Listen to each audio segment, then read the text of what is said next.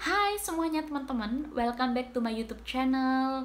Makasih banyak untuk kalian yang udah subscribe, udah like, dan udah nonton video-video aku di channel YouTube aku. Semoga semua video-video yang aku sharing ke kalian bermanfaat untuk kalian dan menjadi salah satu referensi kalian untuk membeli satu produk yang sudah aku review. Oke, di video kali ini aku bakal bahas mengenai krim abal-abal.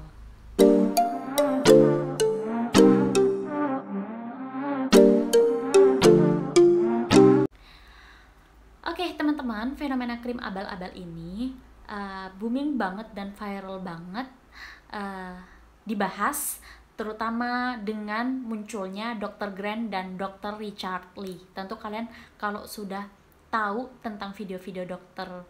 Grant dan Dr. Richard Lee, kalian pasti paham banget dan mengetahui beberapa merek-merek skincare yang menurut mereka tidak aman dan abal-abal, dan beberapa skincare produk lokal yang benar-benar aman dan terpercaya.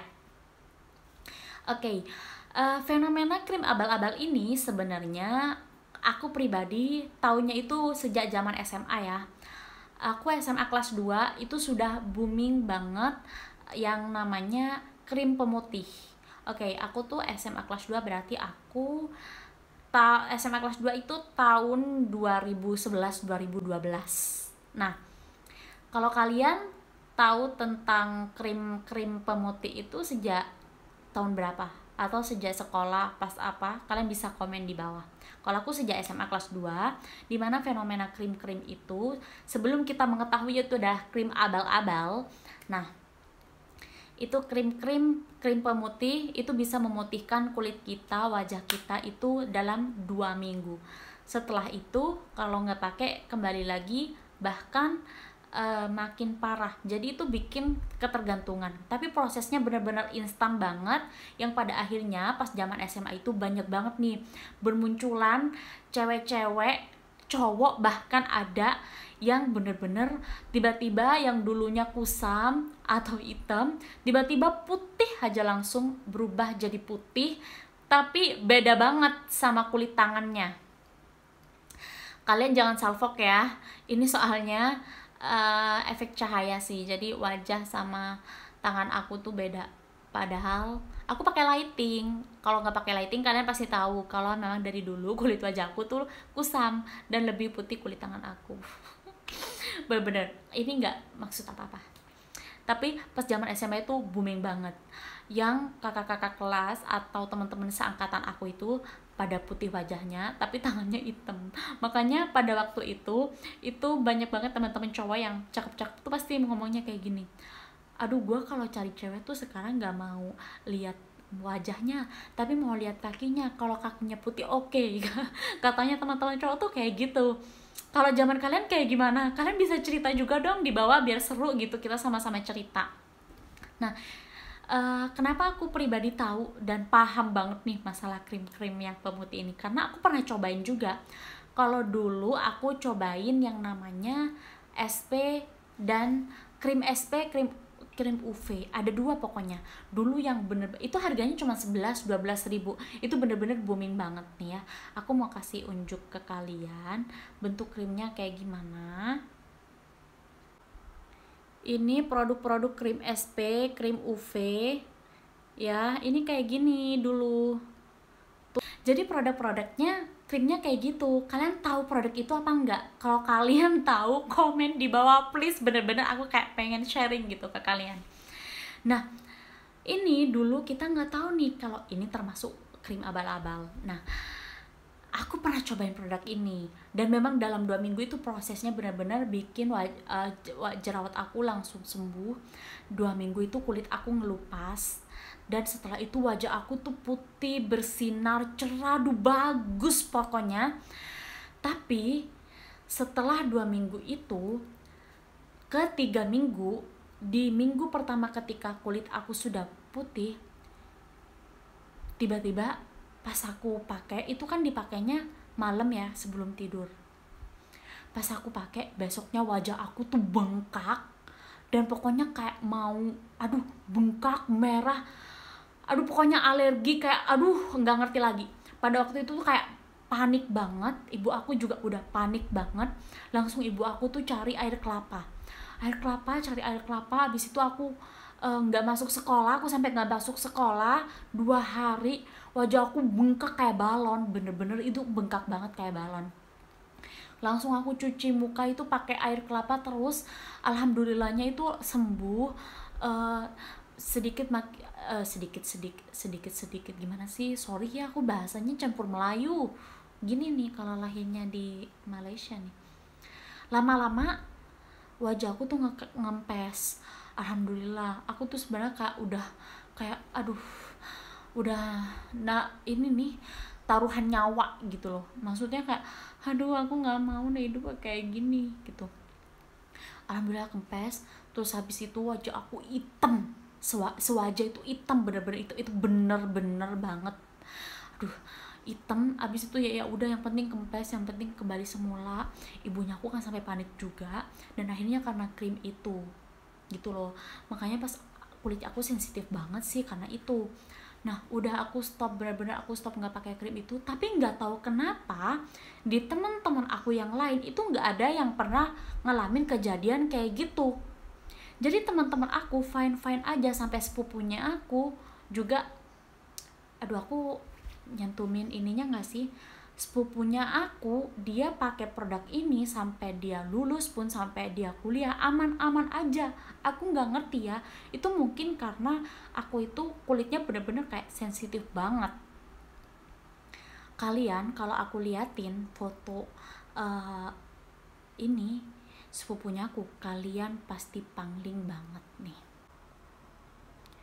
Tuh ini sepupu aku ya, tuh kalian kayak gitu.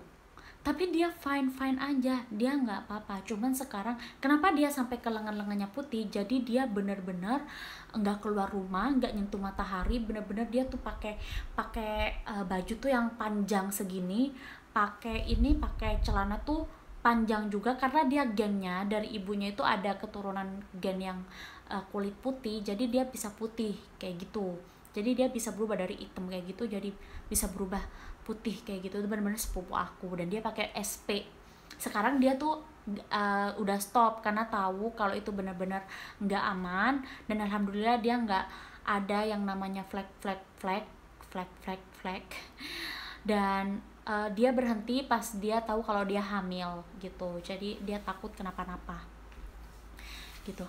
Nah dan fenomena krim pemutih ini terus makin banyak banget variannya itu sampai pas aku kuliah.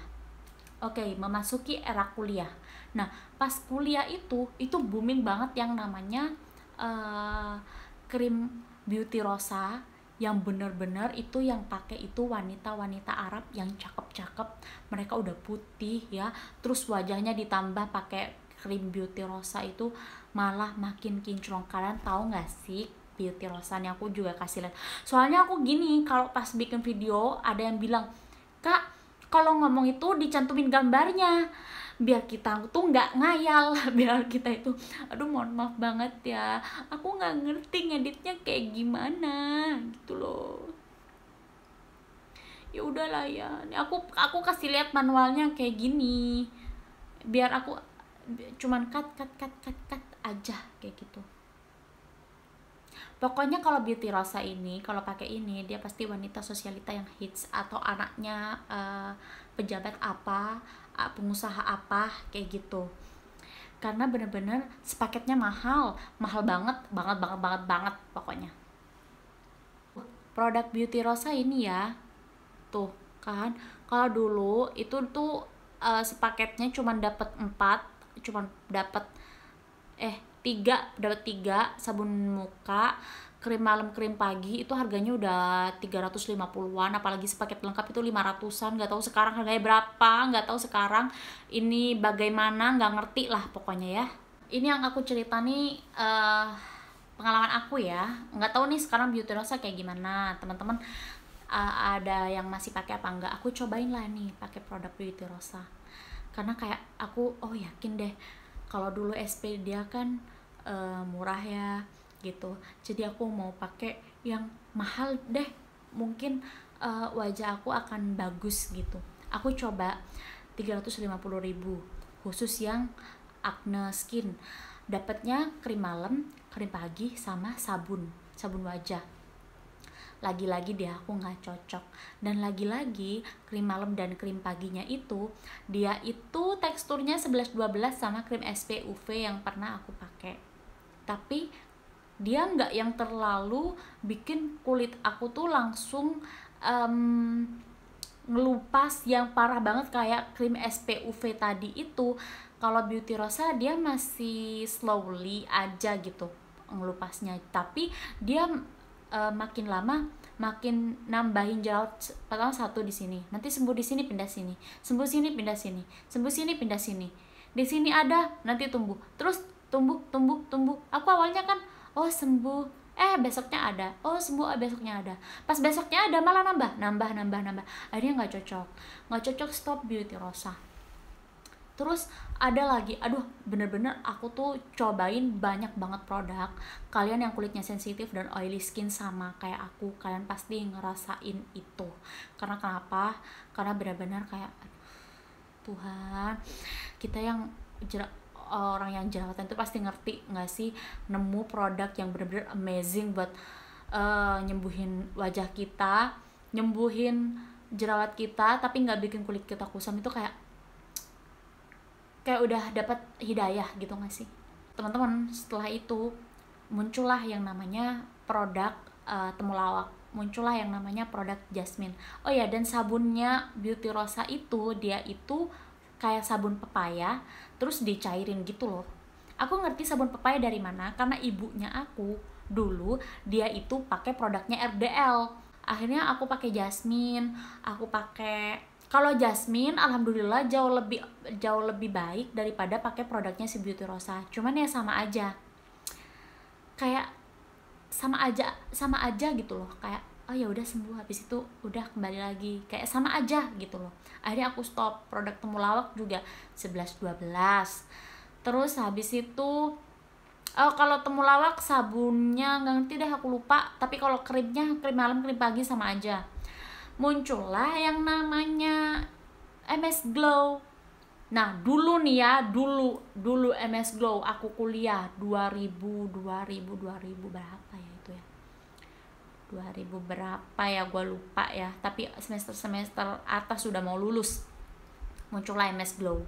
Tapi kalau sekarang nih Dr. Richard Lee itu bilang kalau produk MS Glow itu dia sudah masuk ke kategori aman dan bukan krim abal-abal. MS Glow, Maresa, terus produk Dr. Richard Lee sendiri sama Wardah satunya gue lupa. Nah pakai MS Glow juga 11-12, malah aku pakai MS Glow itu malah ya udah makin parah aja gitu, nggak cocok kayak gitu. Tapi kalau sekarang nggak tahu ya bentukannya yang sekarang itu kayak gimana, apa tetap apa enggak. Sempet mau cobain yang namanya krim cantik Surabaya. Wah, CC Surabaya nih yang cantik-cantik pasti paham nih, krim cantik. Nah pokoknya klinik cantik gitu, itu tuh bener-bener kayak produk yang mahal banget, tapi 11-12 juga nih bentukannya gitu loh. Sampai akhirnya aku itu penasaran kan, pengen cobain Marisa Skincare. Sebelum aku beli Marisa Skincare, aku lihat tuh ini bakal 11-12 nggak sih. Oh ternyata nggak, sabunnya warnanya hijau. Oh tonernya warnanya hijau. Enggak sih, kayaknya enggak sih, nggak bakal sama gitu. Kalau yang lain kan sama, krim malamnya warna putih kekuningan yang kayak teksturnya lengket-lengket. Terus kalau krim siangnya ya kalau nggak bentukan kayak Kelly yang warna merah yang zaman dulu itu, ya kayak gitulah, warna-warna kuning kayak gitulah kalau krim siangnya. Kalau sabunnya pasti sabun pepaya nih kayak gitu. Jadi aku kayak kalau ada satu produk skincare yang bentukannya kayak gitu sama, aku udah kayak aduh.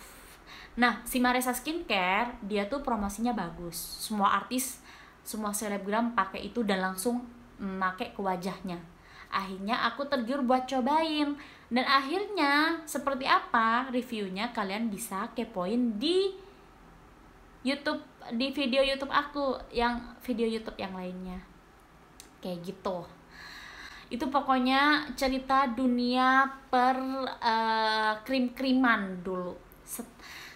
Setelah aku pakai itu, nah sekarang muncullah yang namanya Dr. Grant dan Dr. Richard Lee, yang mana ketika beliau berdua muncul, ini pada produk-produk skincare nih pada kayak istilahnya tuh ketakutan gitu loh, mau memperbaiki produknya, adu-aduan apa sih istilah lainnya ya yang enak, ya pokoknya berlomba-lomba untuk mendaftarkan produknya di BPOM. Karena dari Dr. Grant dan Dr. Richard Lee, mereka ngasih tahu nih merek-merek yang gak ada BPOM-nya, merek-merek yang mengandung merkuri, merek-merek yang mengandung hidroquinone, gitu nggak sih? Meskipun mereka ngasih informasi yang sangat amat berarti banget untuk kita, itu berarti loh. Siapa coba? Kalau nggak ada mereka, kita nggak bakal tahu nih produk mengandung ini nggak sih, mengandung ini nggak sih, kayak gitu, aman nggak sih, abal-abal nggak sih, iya nggak sih? Tapi mereka tetap aja ada hatersnya, ya biasa lah ya dok, biasa, namanya juga dunia maya, netizen itu pasti pro dan kontra. Cuma di sini dok, yang pengen saya tanyakan nih dok, semoga Dr. Grant dan Dr. Richard Lee juga nonton YouTube aku.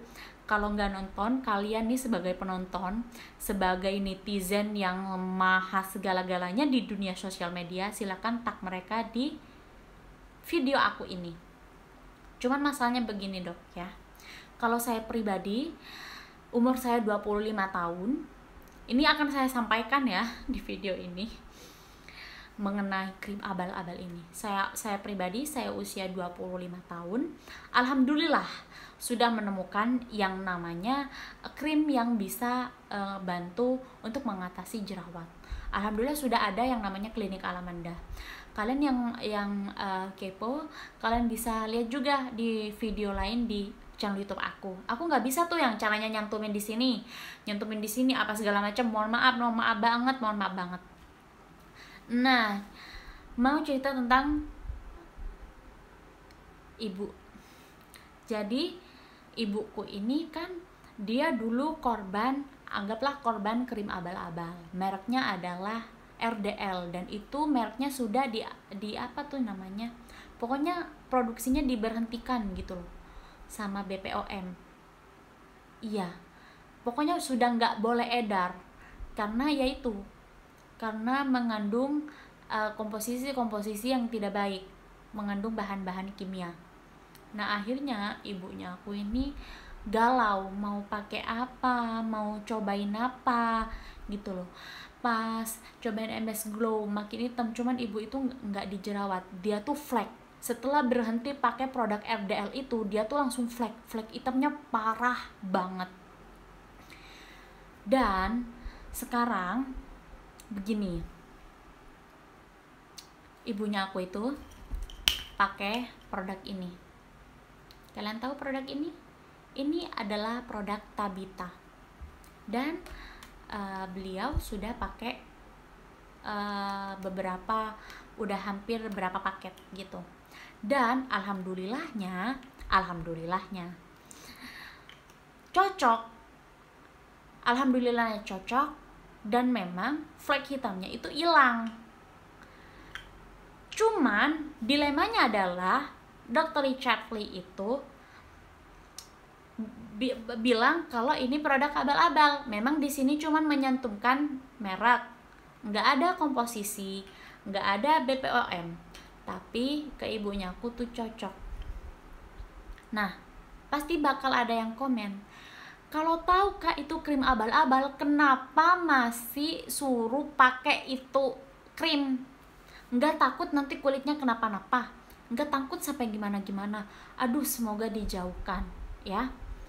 Cuma begini, para korban produk-produk abal-abal yang memang kita dulunya tidak tahu hal-hal seperti ini, Dr. Richard Lee aja bilang kalau dulu skincare dia pernah pakai hidroquinone. Nah, anggaplah yang pernah pakai hidroquinone ini pasien dia adalah ibunya aku. Meskipun anggaplah korban-korban produk abal-abal ini salah satu ibunya aku, ya kan? Nah, Setelah disuruh pakai merek-merek yang produk lokal yang aman, no hydroquinone, sudah terdaftar di BPOM, no mercury, itu nggak cocok, malah tambah flek. Contohnya sudah pakai produknya Mesh Glow, tambah flek. Sudah pakai Maresa Skincare juga, tambah flek. Sudah apalagi produk seperti Wardah, Olay, iya, apa sih? Berbagai merek-merek yang aman, merek-merek drugstore itu tidak sembuh. Pakai aloe vera itu nggak sembuh. Dan memang salah satunya itu disarankan untuk dilaser ke klinik. Laser 1 kali ke klinik itu memang menipis, tapi ketika nggak laser lagi, dan kan kalau laser kan cuma oh ya udahlah, tapi setelah laser itu kan harus butuh yang namanya krim-krim yang bisa membantu untuk memperbaiki kan. Nah ya itu di laser aja itu mahal banget. Dan kalau pakai produk krim-krim yang laser misalnya di produk kliniknya aku, klinik Alamanda, pakai produknya itu nggak cocok, harus laser terus. Pertama, kalau memang kita itu kalangan menengah ke atas nih yang banyak duit, laser ya udahlah berapa juta doang ya kan bisa gitu. Masalahnya ini kan bukan orang tajir, mohon maaf, emang kita bukan orang tajir gitu loh. Terus ibu juga aduh gimana ya, akhirnya dilema, akhirnya tetap pakai ini produk, cuman berdoa aja semoga nggak apa-apa. Itu gimana. Jadi untuk dok, dan kalau misalnya dokter Grand nanti bilang sama dokter Richard bilang pakai produk saya aja, coba aja, nanti kalau dicoba nggak ini gimana.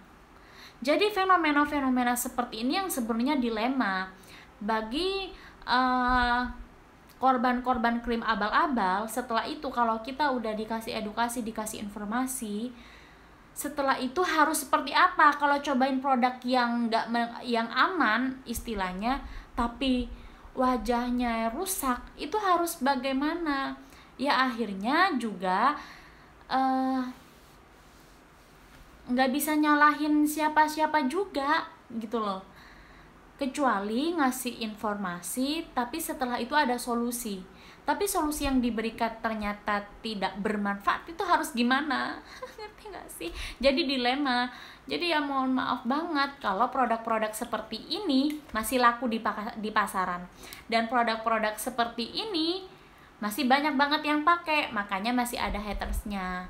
Jadi sekali lagi inilah bagaimana fenomena krim abal-abal di dunia ini.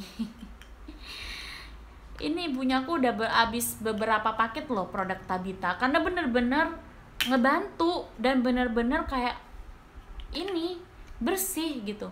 Makanya masih ada nih yang pakai kayak gini. Aku juga dilema, soalnya udah di stop kan, udah stop nggak pakai, udah nyobain MS Glow, udah nyobain Maresha, tapi parah banget. Terus dilaser ke dokter, setelah dilaser menipis tapi nggak ini total. Terus setelah itu dipakai produk dari kliniknya tersebut, krimnya nggak ngebantu karena memang harus kembali lagi laser, dan itu jutaan rupiah. Dan mohon maaf banget masih belum ada duit buat untuk hal itu. Dan apalagi orang tua, kalian pasti yang tahu orang tua kita itu pasti enggan gitu buat ngeluarin duit banyak-banyak untuk sesuatu hal yang namanya juga skincare. Jadi ya udahlah pakai ini bisa dipakai sampai 3 bulan. Kalau ibunya aku pakai ini, dia itu pakainya 3 hari sekali. Dia pakai ini 3 hari sekali. Benar-benar tipis banget gitu. Ya udahlah pakai ini aja. Ya kayak gitu sih. Gimana sih, dilema nggak sih fenomena krim abal-abal ini? Kalau untuk aku sih, kalau dipakai nggak cocok, bikin flek, bikin jerawatan, kan udah nggak bakal dipakai. Tapi kalau dipakainya cocok, ini gimana? Gitu loh. Terus produk krim Tabita ini kenapa masih dipakai sama ibunya aku? Karena kalau misalnya ini habis, terus kan aku ordernya online itu datangnya sekitar semingguan. Kalau ibu nggak pakai ini semingguan, nggak pakai krim Tabita, semingguan, dia nggak langsung kembali asal gitu loh, kayak gitu. Jadi begitu dok, semoga ini juga sampai, jangan sampai, ya ini dilema sih, dilema bagaimana. Atau dokter Richard Lee mau nyediain klinik buat para korban krim abal-abal, terus biaya lasannya diskon 50% gitu, bisa 500 ribuan. Ya nggak tahu sih seperti itu. Jadi juga kayak gini, aku jadi penasaran, pengen beli lagi produk yang namanya MS Glow Marisa Skincare, pengen lihat tekstur yang sekarang kayak gimana, karena menurut hasil dari uji laboratorium BPOM dari Dr. Richard Lee itu mengatakan kalau itu aman, produk-produk itu sudah terdaftar di BPOM. Tapi ya pas lihat dulu, kalau dulu pas beli 11-12 lah semuanya, krim-krimnya, bentukannya, teksturnya 11-12. Jadi kayak gitu ya. Itu aja yang pengen aku bahas ke teman-teman. Kurang lebihnya kalian yang punya solusi juga, punya pendapat, punya saran, silakan juga komen di bawah seperti apa, karena benar-benar dilema banget. Dan ingat ya teman-teman, nomor BPOM itu mereka ada masanya, ada yang setahun, ada yang 2 tahun ya. Dulu aku pernah jual yang namanya krim untuk memutihkan ketiak, krim apa yang namanya aku lupa, karena dia nggak diperpanjang nomor BPOM-nya, akhirnya aku nggak jual itu lagi gitu loh. Karena banyak banget di online shopku, di online shop Justipku, di @yurashop.169 itu banyak yang tanya, Kak, krim buat mutihin ketiaknya ada apa enggak. Jadi teman-teman, Dr. Richard Lee juga ngasih tahu, inget ya, BPOM itu ada masanya, tapi nggak, nanti kedepannya entah seperti apa. Kalau untuk saat ini hasilnya itu bagus, nggak abal-abal, hasilnya terdaftar di BPOM, komposisinya apa segala macam. Karena setiap merek skincare mereka punya strategi masing-masing. Ini nggak ada urusan, nggak ada hal untuk menjelekan satu produk atau seperti apa, cuman kita sama-sama sharing aja. Jadi aku juga minta masukan kalian harus gimana. Aku juga sempat mikir untuk ibunya aku itu gimana gitu loh, karena kalau misalnya beliau itu pakai produk yang sudah aman, tapi ternyata flek beliau itu malah tambah parah wajahnya, otomatis beliau nggak mau make. Dan ya beginilah, beliau tetap pakai produk Tabita ini yang menurut beliau tuh bagus, karena memang hasilnya bagus. Aku berharap Tabita aman atau gimana. Aduh, aku sedih juga sih, dilema aku kalau bahas masalah kayak gini, masalah fenomena krim abal-abal. Udah segitu dulu videonya. Makasih banyak untuk kalian yang nyempetin waktu untuk nonton video ini dan untuk sharing, untuk komen juga di bawah, untuk ngasih saran, untuk ngasih cerita apa segala macam. Thank you so much.